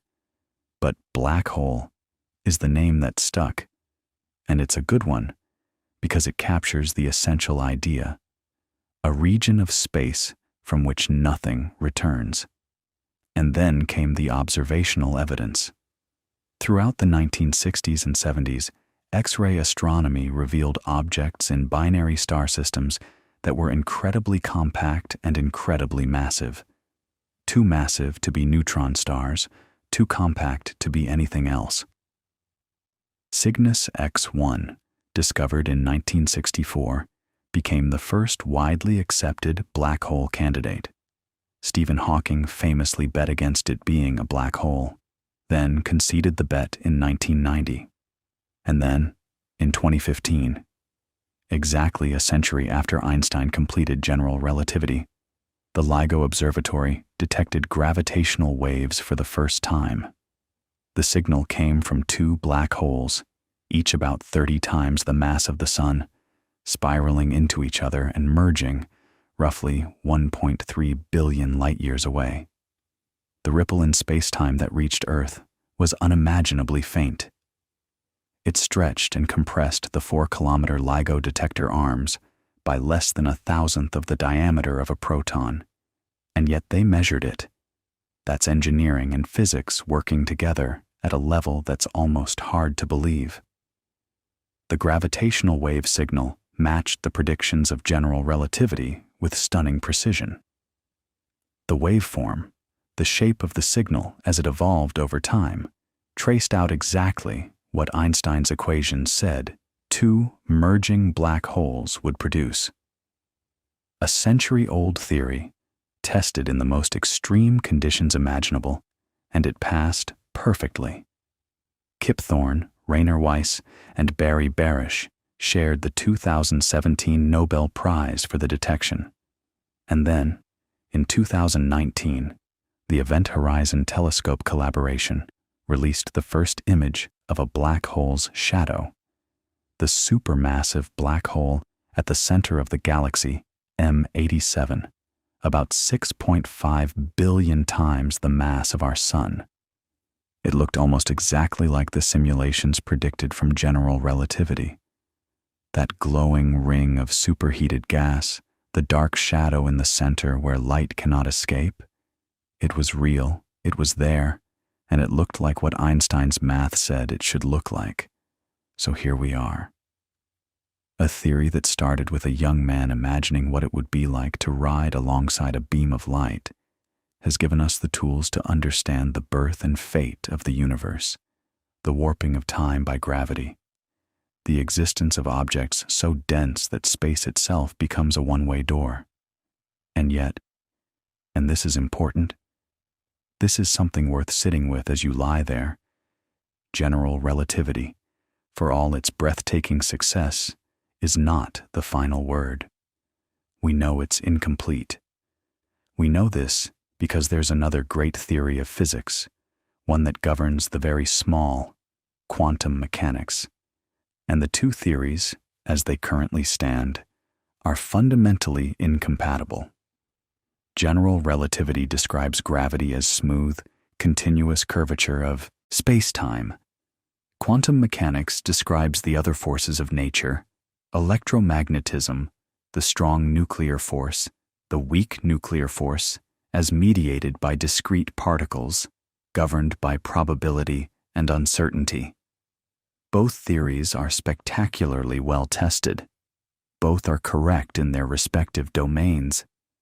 But when you try to combine them, when you ask what happens at the center of a black hole, where all the mass is crushed to a single point, or what happened at the very first instant of the Big Bang, when the entire observable universe was smaller than an atom, the math breaks down. You get infinities, nonsensical answers. The theories refuse to speak to each other. This is the great unfinished business of physics. The search for a theory of quantum gravity, something that reduces to general relativity at large scales and to quantum mechanics at small scales, but is deeper and more complete than either. String theory is one attempt. Loop quantum gravity is another. There are others still. None of them are confirmed. None of them have made a prediction that's been tested and verified. It's an open frontier, and it's been open for the better part of a century now. But what's remarkable, what's genuinely moving if you think about it, is how far we've come with the tools Einstein gave us. The field equations he finalized in November 1915, scrawled on a chalkboard in Berlin while the world was tearing itself apart in war. Those equations predicted the expansion of the universe before anyone observed it, predicted black holes before anyone believed in them, predicted gravitational waves before anyone could detect them, predicted gravitational lensing before anyone photographed it. Every major prediction has been confirmed. Every test has been passed. And the theory keeps revealing new layers of meaning as our instruments grow more powerful and our questions grow more precise. There's a concept in general relativity that we haven't talked about yet, something that connects back to the very beginning of our conversation about what space-time actually is, and it has to do with how information itself behaves in the presence of extreme gravity. It's called the black hole information paradox, and it was first clearly articulated by Stephen Hawking in the mid-1970s when he made a discovery that shocked the physics community and, in a strange way, shocked Hawking himself. Because what he found, using a blend of quantum field theory and general relativity, was that black holes aren't entirely black. They glow. Faintly, impossibly faintly, but they glow. They emit radiation, and over unimaginably long timescales, they evaporate. Let me set the scene for you. It's the early 1970s. Hawking is in his early 30s, already confined to a wheelchair by motor neuron disease, already communicating with increasing difficulty. But his mind is operating at an extraordinary level. He's been thinking deeply about black holes, particularly about their event horizons. That boundary we talked about, the point of no return that Schwarzschild's solution first revealed back in 1916. And Hawking asks a question that sounds almost naive, but turns out to be profound. Does a black hole have a temperature? Now, on the face of it, the answer should be no. A classical black hole, the kind described purely by Einstein's field equations, absorbs everything and emits nothing. Its temperature, in the thermodynamic sense, would be absolute zero. It's a perfect absorber. End of story. But a young physicist named Jacob Bekenstein, working at Princeton under John Wheeler, the same Wheeler who coined the term black hole, had been arguing something provocative. Bekenstein suggested that black holes have entropy. Entropy, you'll recall, is a measure of disorder, of the number of possible microscopic arrangements of a system. And Bekenstein proposed that a black hole's entropy is proportional to the area of its event horizon, not the volume inside, the area of the surface. That's a strange and deep result, and we'll come back to why in a moment. Hawking initially set out to prove Bekenstein wrong. If a black hole has entropy, then by the laws of thermodynamics, it must also have a temperature. And if it has a temperature, it must radiate. And black holes don't radiate. That's the whole point of a black hole. So Bekenstein must be mistaken. That was Hawking's starting assumption. But when Hawking actually did the calculation, carefully applying quantum field theory to the curved spacetime just outside a black hole's event horizon, he found, to his own surprise, that Bekenstein was essentially right. Black holes do have a temperature. They do radiate. The mechanism is subtle and beautiful. Here's the intuition behind it, and I want you to picture this gently, because it's one of those ideas that sounds bizarre at first, but settles into something almost poetic. In quantum field theory, empty space isn't really empty. The vacuum is a seething, flickering soup of virtual particle pairs, a particle and its antiparticle popping into existence for the briefest instant and then annihilating each other. This happens everywhere, all the time. Normally, it doesn't matter. The pairs appear and vanish so quickly that they don't leave a trace. But near the event horizon of a black hole, something different can happen. One particle of the pair can fall across the horizon into the black hole, while the other escapes into space. The escaping particle carries away real energy. And because energy is conserved, the black hole must lose a tiny bit of mass to compensate. From a distance, it looks like the black hole is radiating particles, glowing. This is Hawking radiation. The temperature of this radiation is inversely proportional to the black hole's mass. A black hole the mass of our sun would have a temperature of about 60 billionths of a Kelvin. Unimaginably cold, far colder than the cosmic microwave background radiation that fills all of space. So in practice, stellar mass black holes are absorbing far more energy from their surroundings than they're emitting.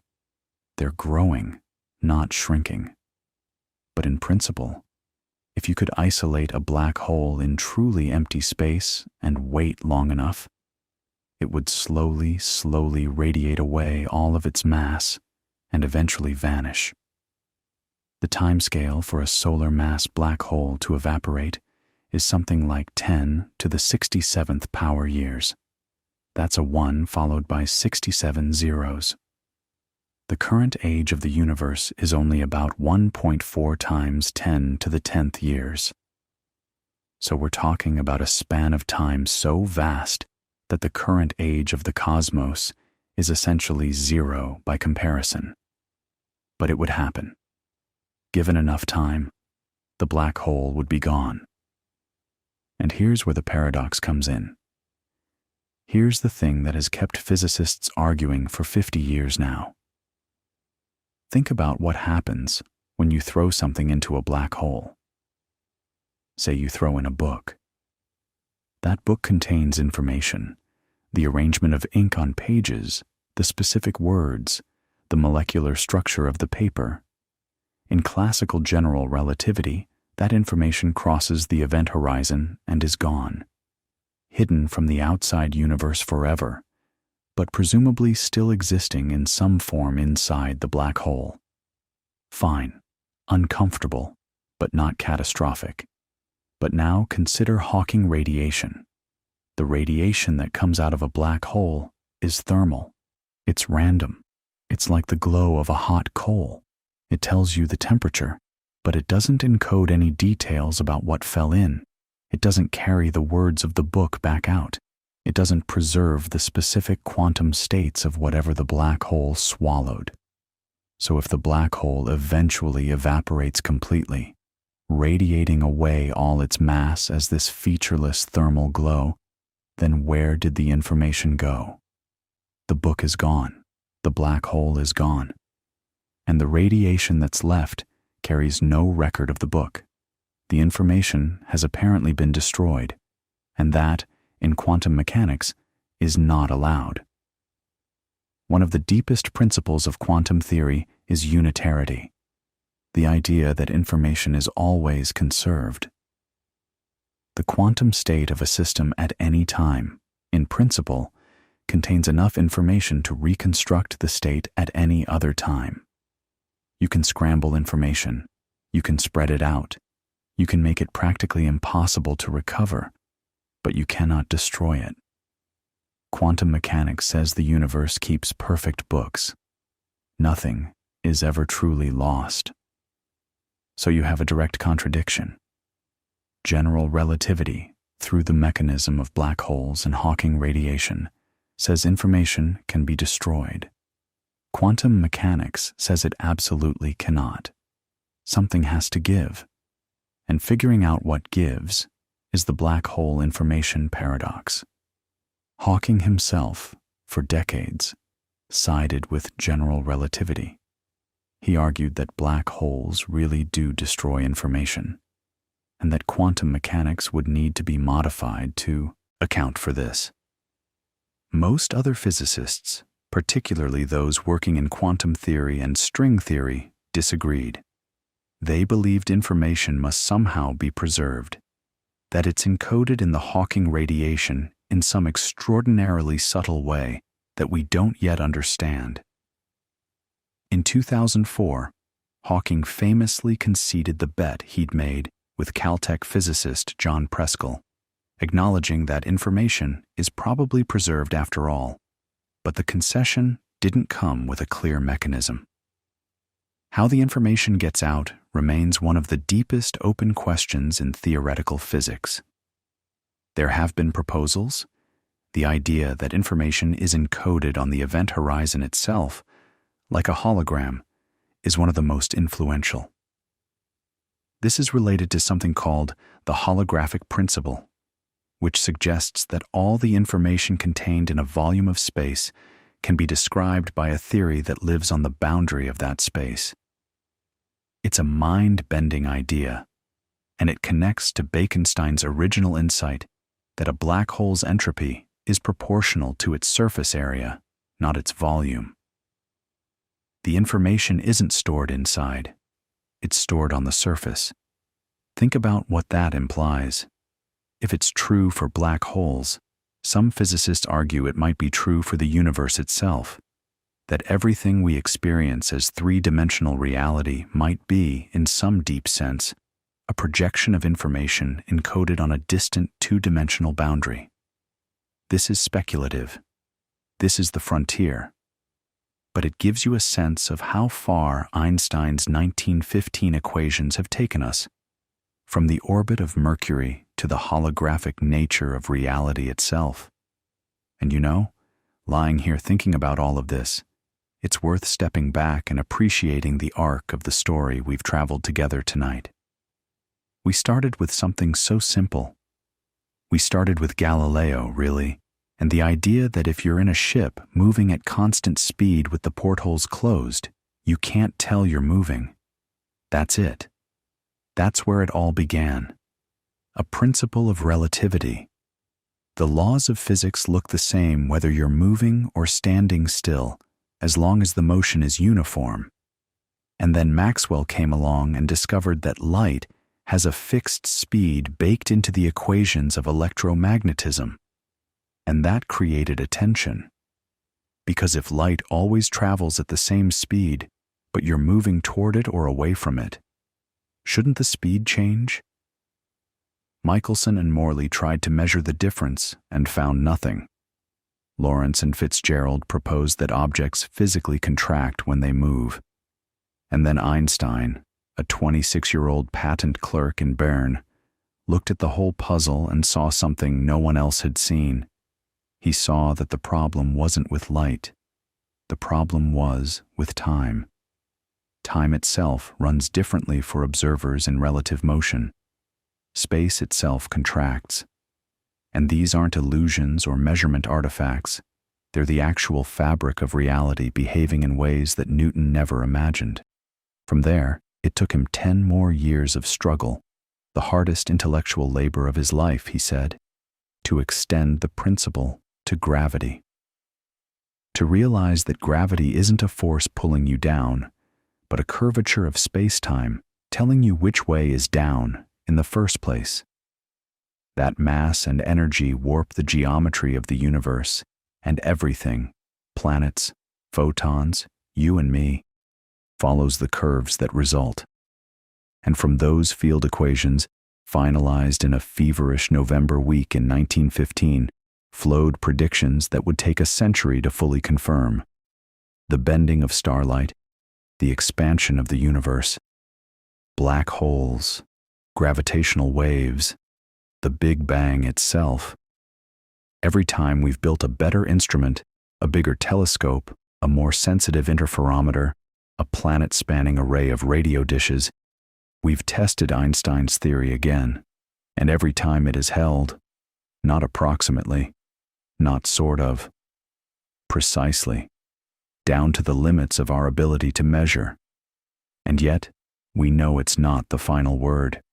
We know that somewhere, at some scale, perhaps at the center of a black hole, perhaps at the first instant of the Big Bang, general relativity meets its match. Quantum effects become too strong to ignore, and the smooth, curved space-time that Einstein described must give way to something else. Something grainier, perhaps. Something stranger. Something we haven't figured out yet. But that's okay. That's how physics works.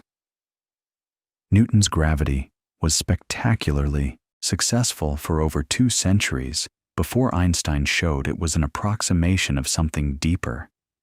And Einstein's gravity will eventually be shown to be an approximation of something deeper still. Each theory doesn't get thrown away, it gets enveloped. It becomes a special case of a more complete understanding. Newton's equations are still perfectly good for building bridges and launching satellites. Einstein's equations are still perfectly good for describing the large-scale structure of the cosmos. Whatever comes next will contain them both, the way a larger circle contains a smaller one. And isn't that a beautiful thought to drift off with? That understanding doesn't replace itself. It accumulates. That every generation of curious, stubborn, sometimes wrong, sometimes brilliant people adds a layer to this extraordinary structure of knowledge, and none of it is wasted. Einstein built on Maxwell, who built on Faraday, who built on the shoulders of people whose names we've mostly forgotten. And someone, someday, will build on Einstein. They'll find the deeper theory. They'll resolve the paradox. And when they do, the field equations of November 1915 will still be there, still beautiful, still true within their domain, still describing the way mass tells spacetime how to curve, and spacetime tells mass how to move. The universe is under no obligation to make sense to us. Einstein said something like that once. But it does make sense, or at least it has so far, to a degree that's almost unreasonable. And the fact that a human mind, sitting quietly, thinking carefully, armed with nothing but mathematics and physical intuition, can reach out across billions of light years and billions of years and describe how the cosmos works. That's the most astonishing thing of all. More astonishing than black holes. More astonishing than the expansion of space. The fact that we can understand any of it. So let that settle over you now. Let the equations fade. Let the names and the dates and the numbers blur into the background. What remains is just this. The universe has a deep structure, and it's knowable. And the story of how we came to know it is one of the great human adventures. You've been part of that story tonight, even just by listening. And wherever you are right now, eyes closed, breathing slow, the weight of the day finally lifting, the same space-time that Einstein described is curving gently around you, the Earth's mass dimpling the fabric beneath you. Time ticking just a little bit differently for you than for someone in orbit overhead. It's all real. It's all happening. And it's all, in its own quiet way, quite wonderful. Rest well.